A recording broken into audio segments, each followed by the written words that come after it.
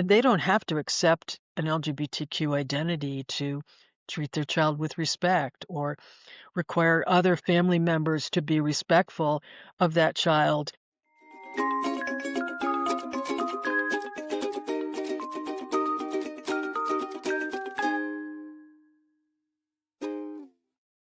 Welcome to the Kindness Podcast. I'm Nicole Phillips. Today, I am talking with a woman whose calling, it is her calling to help ethnically, racially, and religiously diverse families support their LGBTQ children. Dr. Caitlin Ryan is a clinical social worker, a researcher, and an educator. She's worked to develop health and mental health services for LGBTQ young people over the past 50 years. She has pioneered the field of family support for LGBTQ youth, which has helped to shape both policy and practice. And it is an absolute delight and an honor to have you on, Dr. Caitlin Ryan. Hi, Caitlin. Thank you so much for joining me. I appreciate it very much. Hi, Nicole. Thanks for inviting me. Yeah. So, our big question today is, what does kindness look like for families who are trying to support their LGBTQ child? Before we answer that, though, I'd love to talk about you. Can you please tell me, when did this work begin for you?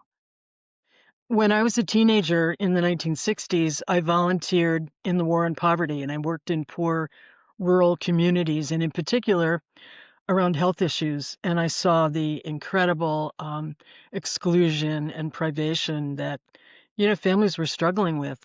And when I came out as a young lesbian in the 1970s, I knew this was the community that I would serve. I knew that I would work in public service and that I would focus on health and mental health because the significant exclusions and experiences with discrimination that LGBTQ people had experienced, since really the beginnings of time. And I knew those experiences were extremed.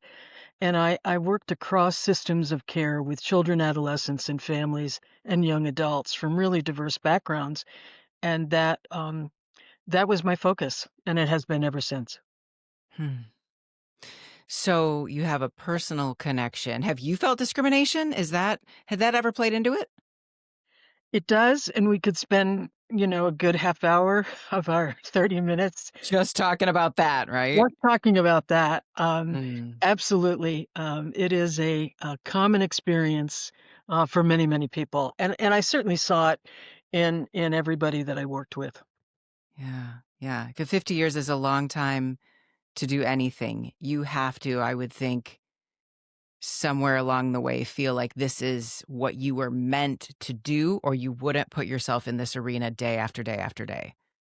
Indeed, and I recognized early on that this was a calling, um, Mm. and especially now in the current social environment of chaos and cruelty that's actually actively undermining our institutions and systems of care.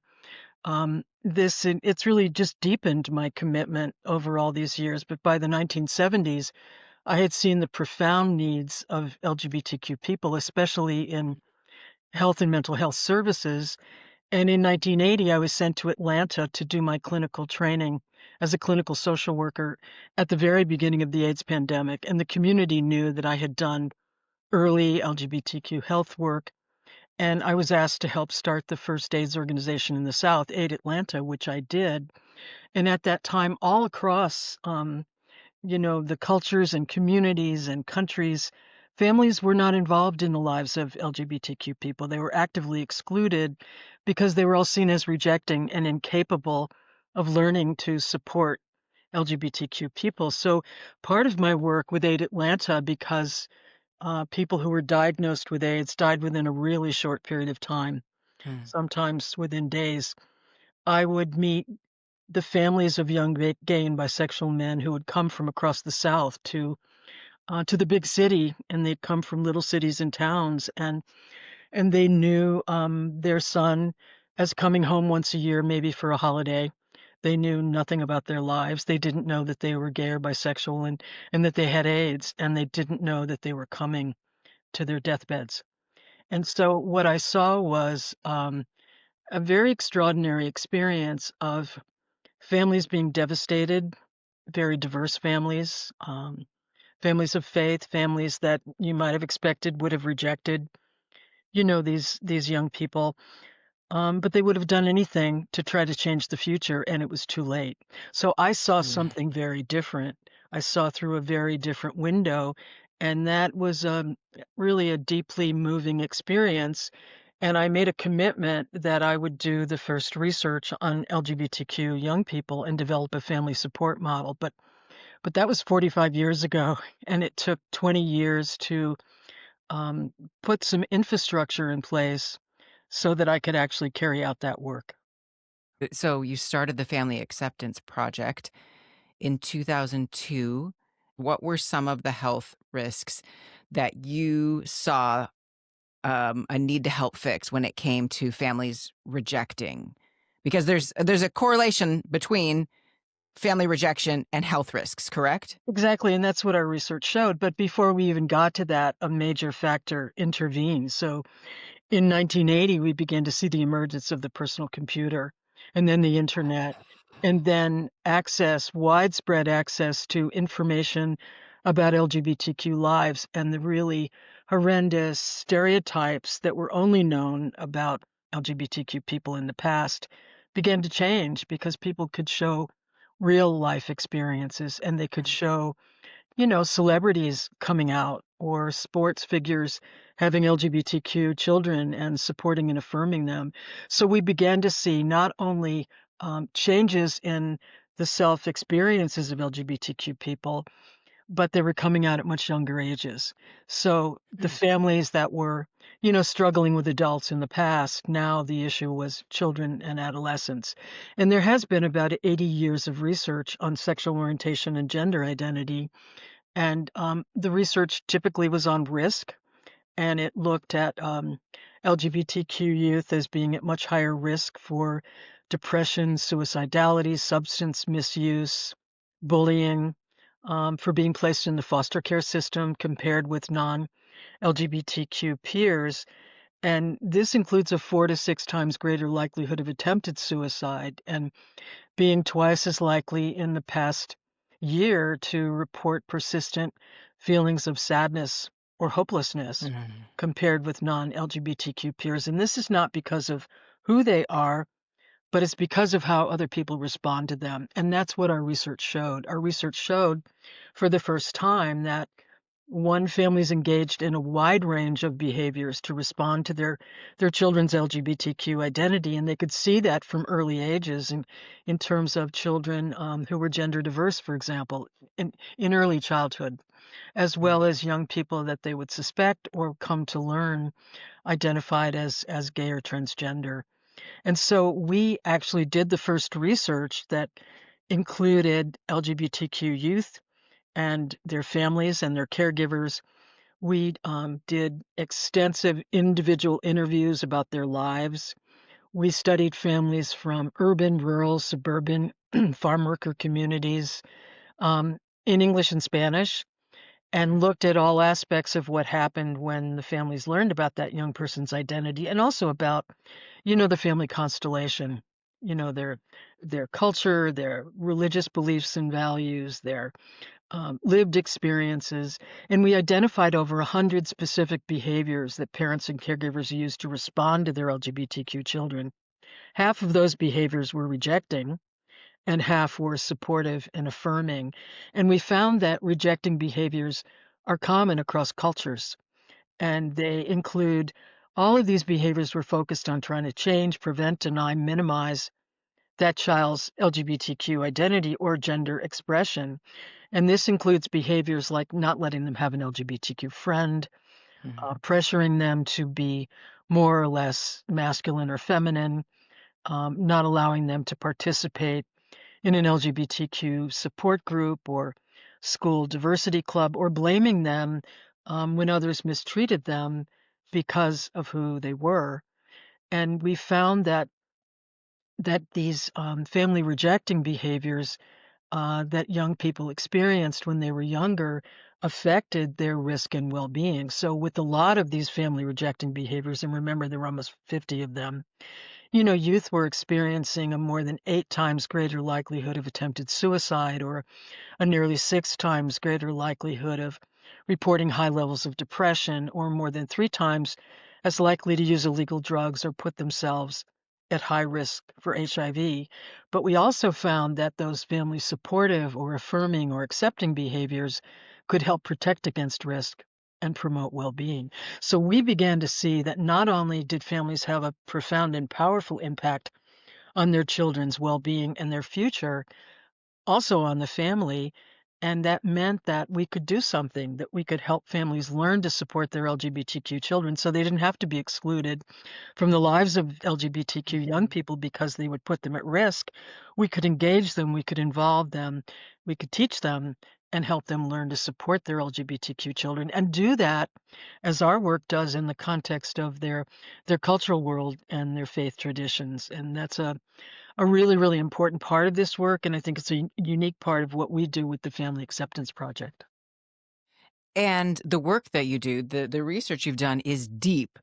But you have done such a beautiful job of distilling it in a way that makes it very accessible to people, and so I wanna point out to our listeners that on the Family Acceptance Project website, which will be in the show notes, there's these beautiful posters, and it's family behaviors that help and family behaviors that hurt, and there are, the ones that help. Ask your child if and how you can help to tell other people about their LGBTQ identity, or connect your child with LGBTQ adult role models, or behaviors that hurt.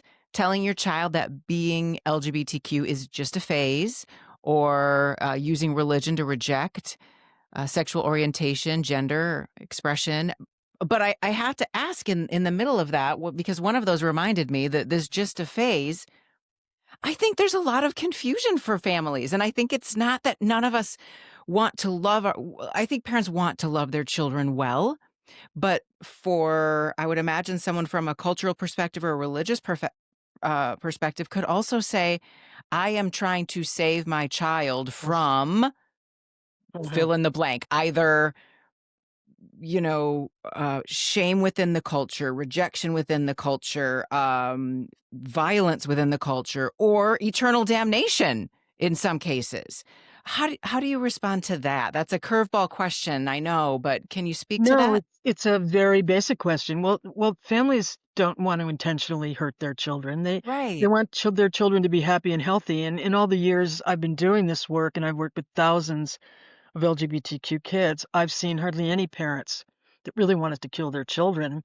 They wanted to protect them from harm. They wanted to keep their family together. They thought that what they had learned from their parents and grandparents intergenerationally, this is how you dealt with situations like this. People that had a different sexual orientation, or who looked different, or who were gender diverse. And so the response of parents then was not to hurt them, but to try to make sure that they would fit in, to keep their Right, family conversion together. therapy or tone it down or yeah. Exactly, to keep their family together and to do that on earth, and if it's a family of faith, in eternity.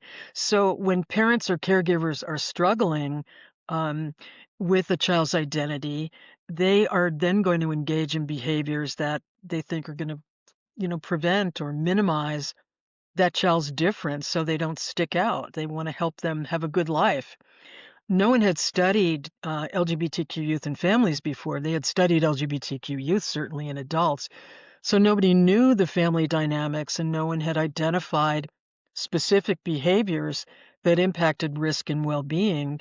And so this was a first. And what that Mhm. meant was that we could teach parents that it wasn't their beliefs that were harmful to their children. It, in fact, was behaviors that were affecting their children's risk and well-being. So if they were um, very affected by the thought that they would have to change their beliefs, we don't start there. We start where they are. We start with their underlying experiences of their cultural world and what they want and need for their children. What are their hopes and dreams for their children? How have those hopes and dreams changed, since they've learned about that young person's identity, and really helping them understand that how they respond to their child has a powerful impact in keeping that young person connected to the family. And part of the challenge for LGBTQ youth is that they also don't know about these behaviors. They don't know that they are affecting their sense of self-worth, their risk behaviors, their relationships, their hope for the future.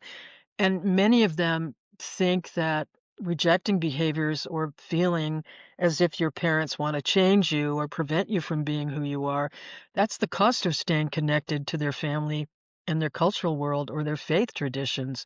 So they don't realize how these behaviors are affecting them. So both the young person and the caregivers are bound by outmoded, misperceptions of this young person's identity. And compounding all of that is that because parents and caregivers don't learn about sexual orientation and gender identity in children and adolescents, they only know about adults. And they take the experiences of adults and they transpose that on children. And, it gets all mixed up. And we're in a time now of enormous disinformation and Mhm. intentional misinformation about the lives of LGBTQ young people because this has now been seen as a way of cultural divide, if you will.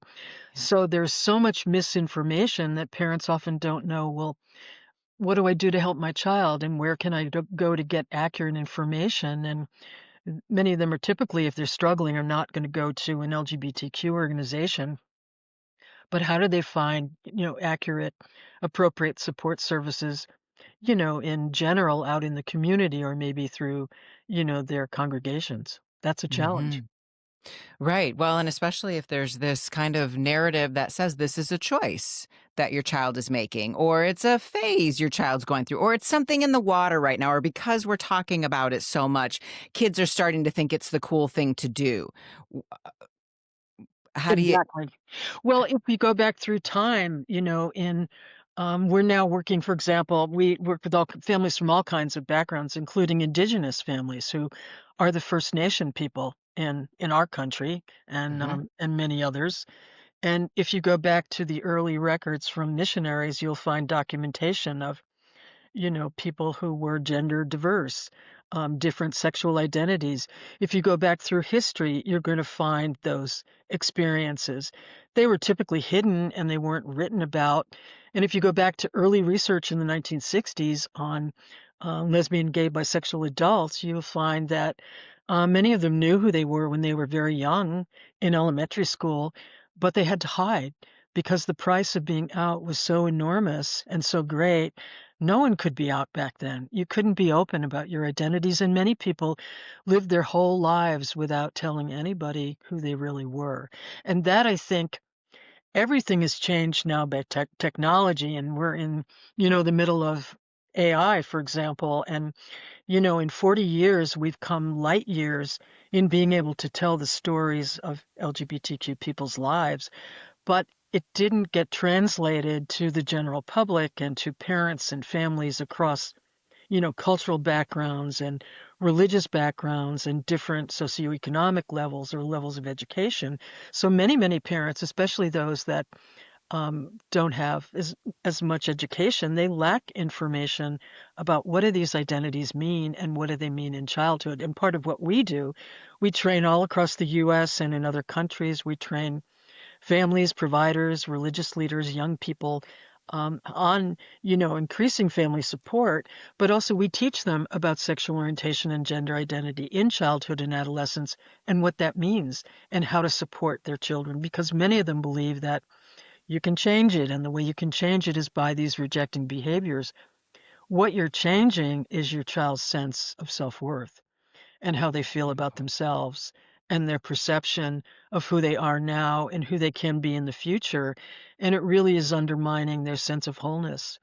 And it also is eroding the bonds between parent and child because so many of those young people who are experiencing a range of rejecting behaviors and these include, excluding them from family events and activities because of who they are, or not letting them learn about their identity, or not letting them have an LGBTQ friend, or even just constant messages about how they look. Mhm. These are then internalized and they affect that young person's sense of self-worth across the life course.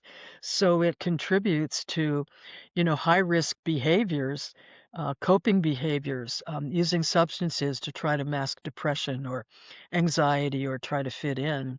Parents and caregivers don't know that they are contributing to serious health risks, and young Mhm. people don't know it either. And one of the beauties I think of our research was we didn't know this when we did it, but not only did we identify those behaviors, but then we realized that we could teach anyone about it, including people that didn't have formal education, and use really simple language to tell the story of acceptance and rejection. And in fact, we use plain language, which is a way of communicating that's been around for several decades that, talks about health issues or, basic life experiences in simple terms. And so we work with families that don't read or write in any language and they can understand how to help support their LGBTQ children. Of course, we work with people from, who have advanced degrees and, everything else. And Right, wide range, right? And because why, it's it doesn't affect just one, uh, ethnicity or socioeconomic group. This is right? We're right. talking about gender and sexuality. It's all of us. It's Right. everyone And it's worldwide too. And we've worldwide. seen that the cultural behaviors that we identified, we've seen them around the world. And I've trained for about 17 years in the Spanish speaking countries and in Europe and China and Canada, obviously, and Mexico. And, we've seen this in so many different places. Hmm. So I'm curious, um, again, curveballs, but have you ever had a family come to you and say, "What do I do? My child wants to come to Christmas dinner with grandma and wear, uh, clothing that is not their birth gender." You know what I'm saying? Like if Yeah. a No, I know. I don't think it's that simple. I mean, in families, um, there needs to be some building up to prepare for that. Typically, unless grandma is aware that that's going to happen at Christmas dinner, that may not be the best place to share right, those. so how does a parent support their child and save save the holiday, I guess, for Well, lack of a they better way of prepare saying it? ahead of time for it. They talk about, for Okay. example, I'm thinking of a Muslim youth who was trans, who wanted to share their identity with their culture, and they were going to a family wedding. And so the mom, prepared other family members with hearing about what that experience was going to be like, made sure that her child, had the clothes that they felt comfortable with and that they felt supported. They talked about what they would do if things got difficult. Would there be a word that they would use or something where, they could excuse themselves and leave? And it turned out to be an incredible experience, but they prepared ahead of time. So they didn't just Mm, show up and hope for the okay. best. The mom understood that this was going to be a big change. And what they found was that people were respectful of this child. Her parents had, a longer journey. It was harder for the grandparents. It took time, but eventually they supported this child as well. So Mhm. you can do Eh it, but I don't recommend that you just show up. I strongly suggest that you do a little preparation ahead of time. Families we find don't know how to talk about these issues. They don't communicate about them. And we're doing an online family support group for families and their LGBTQ teens. And one of the most, I think, powerful outcomes is even families that thought they were supportive at the end of that group are actually now talking with their children about their identities and normalizing them, and as a result of talking about their identity, they're talking about a lot of other things that they didn't discuss either, and both the young people and the caregivers have really changed the dynamics for how they interact with each other. At the same time, of course, we saw a significant decrease in rejecting behaviors and an increase in supportive behaviors. And I think it's important, since we have a few minutes, I think, left to really talk Oh, about yeah. what family accepting behaviors are or supportive behaviors. And those Let's behaviors that focus on affirming, encouraging, respecting, approving of a child's LGBTQ identity and gender expression, and these can range from simple behaviors such as just sitting and talking with your child about their identity, what it's like for them, what it feels like for them, and listening respectfully without, punishing them or ridiculing them, and self-educating, getting accurate information about sexual orientation and gender identity in children and adolescents, because it's not the same as with adults. And then, of course, as families learn more, they can, be more proactive. They can talk with religious leaders about welcoming LGBTQ people and their families, to their congregation, or they can stand up for that child when others mistreat them because of who they are. But even those simple and supportive behaviors, tell your child, show your child really that you love them and that you're going to be there for them even if you don't understand. And we help families learn that they can support that LGBTQ child and reduce rejecting behaviors and increase, wellness by increasing supportive behaviors. And they don't have to accept an LGBTQ identity to treat their child with respect or require other family members to be respectful of that child, even if they disagree because they're a member of the family, or maybe if they're a religious family because they're a child of God. We can respect each other. That's a core human value that is universal, really, around the world. Okay, hold on. We're going to do a hard stop because I want you to say it again. You don't have to accept an identity that you believe is wrong, um, to treat your child with respect and to support them by simple behaviors like standing up for them when they are mistreated by others. You don't have to accept it, It's but you don't so want to see good. your child hurt or disrespected by others. You just simply learning about their identity, increasing communication, talking with them, assuring them that you don't understand, but that doesn't mean you don't love them, that you're not going to be there for them when they need you, and that you're on a journey to really learn what this means and to learn about their identity and how to keep them connected to the family. I hear great compassion for the families, especially the families who say, "This is wrong." I Right. hear great compassion from you, Caitlin, to say, "Yes, there's a tension there that you're gonna hold. There's a grief process, or there's a journey that you're gonna go through." So And here's it's a yeah. very important part of our work. And I think it's in, well, first of all, I would argue that kindness and compassion are in terribly short supply right now in the world. Mm, But when it comes to families of LGBTQ young people, especially those that are struggling, there's very little compassion often for them. And I've always said to people, well, how can we help families learn to have compassion for their children if we can't have compassion for them? And what many families have talked about is, for example, we have some multilingual family education booklets on our website, and we've started a faith-based series and have a couple of versions. But we've often heard from families who say, the way this is written, it doesn't judge us. It's mhm. respectful of us. We feel like we belong, with this information. And so they've really been grateful for that, because I think a lot of times when families are struggling, first of all, they don't have the information they need.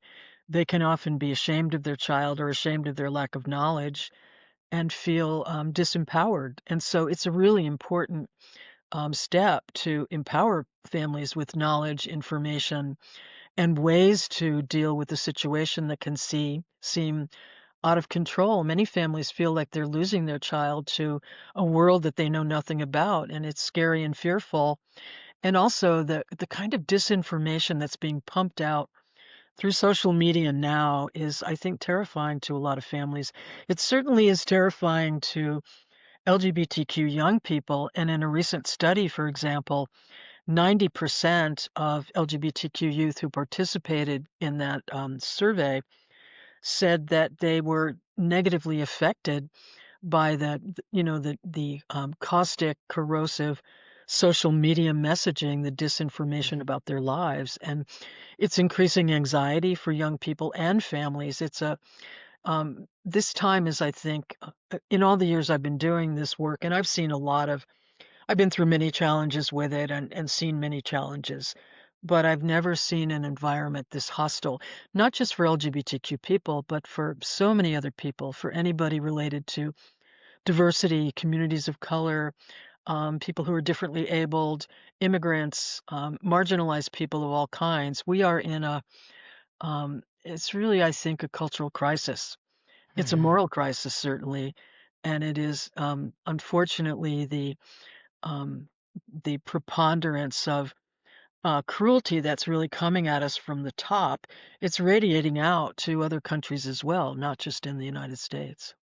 And I Mhm. think that's why Pope Leo, for example, has stepped up to come out against, the kind of cruelty that's being expressed, Mhm. certainly towards immigrants and people who are different.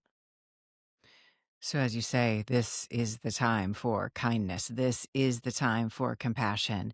And sometimes those challenges seem so big. We throw up our hands and say, "Well, what could I do?" And to me, I feel like that's where we say, I like to say, love your 1 square inch well. We all have a sphere of influence. And for these parents, their 1 square inch might be in their home, learning to speak to their child in this new language. And the Family Acceptance Project has resources for people that they can trust, that are safe. And wow, what a It's evidence-based too, and with yes. our work is what they call participatory, so it means that families, providers, LGBTQ youth, religious leaders, they participated in doing this work with us, and whenever we develop new materials, we field test them, with the community. So, for example, we're gonna be bringing out a new version of a faith-based version of one of our family education booklets that we've been working on for several years, and not only did we field test that with many families,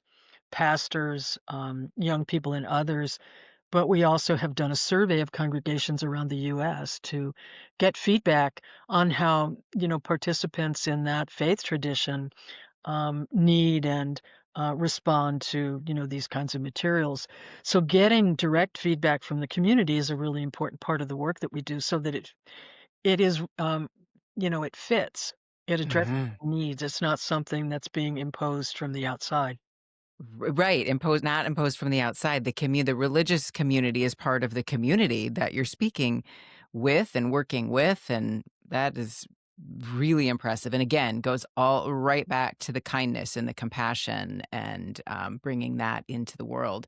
So, what gives you hope, speaking as you just did on this being the most divisive time, what gives you hope right now when you look at the next generation of our LGBTQ youth and the families who are raising them?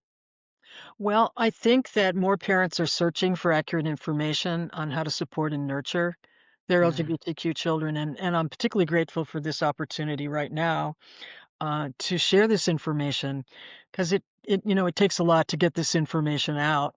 I think that people of goodwill are recognizing the impact of this corrosive environment and the lack of kindness, compassion, morality that's having on all of us and our children, and they're searching for ways to connect and to respond to they see as attacks on people who are marginalized, on other groups, not just LGBTQ people, but others. And we actively work in communities all across the U.S. We've trained in all the states, sometimes multiple times, and in other countries. We provide training on the work of the Family Acceptance Project in all kinds of settings, schools, health and mental health programs, out of home care congregations, and people can come, to us, and not only to our websites, we have two of them to get information, but also talk with us about providing, mhm, direct information and guidance that can match the needs of their communities and their programs. I think that I think that people are weary of the kind of cruelty that we've been seeing, and I yeah, think that's opening people's hearts. It certainly is opening their minds to not being able to tolerate the kinds of things that we're seeing. This is not what we want our children to learn. Respect and kindness are a part of our basic moral code across cultures and faith traditions. And these are also supportive behaviors that we've learned in our research help reduce health risks and strengthen families and increase well being for LGBTQ young people. mhm, mhm, right, and it's a matter of survival, right? With for those kids, we have got to help them um, not internalize the negative messages and to realize that they are loved and they are created um, beautifully and uniquely and divinely. So Absolutely. thank you, Dr. Caitlin Ryan, for the work you have done over a lifetime. Dedication. You've helped families communicate. You've brought kindness and compassion, which we've said, into the conversation surrounding LGBTQ issues. So thank you. And listener, thank you for joining us for this very special episode. You can find more information. You can find these resources from the Family Acceptance Project. We will have all of the websites in the show notes. And if this conversation made you think of someone who might need a little encouragement, who might need some tools, would you please send this podcast their way? And remember, what we look for is what we'll see.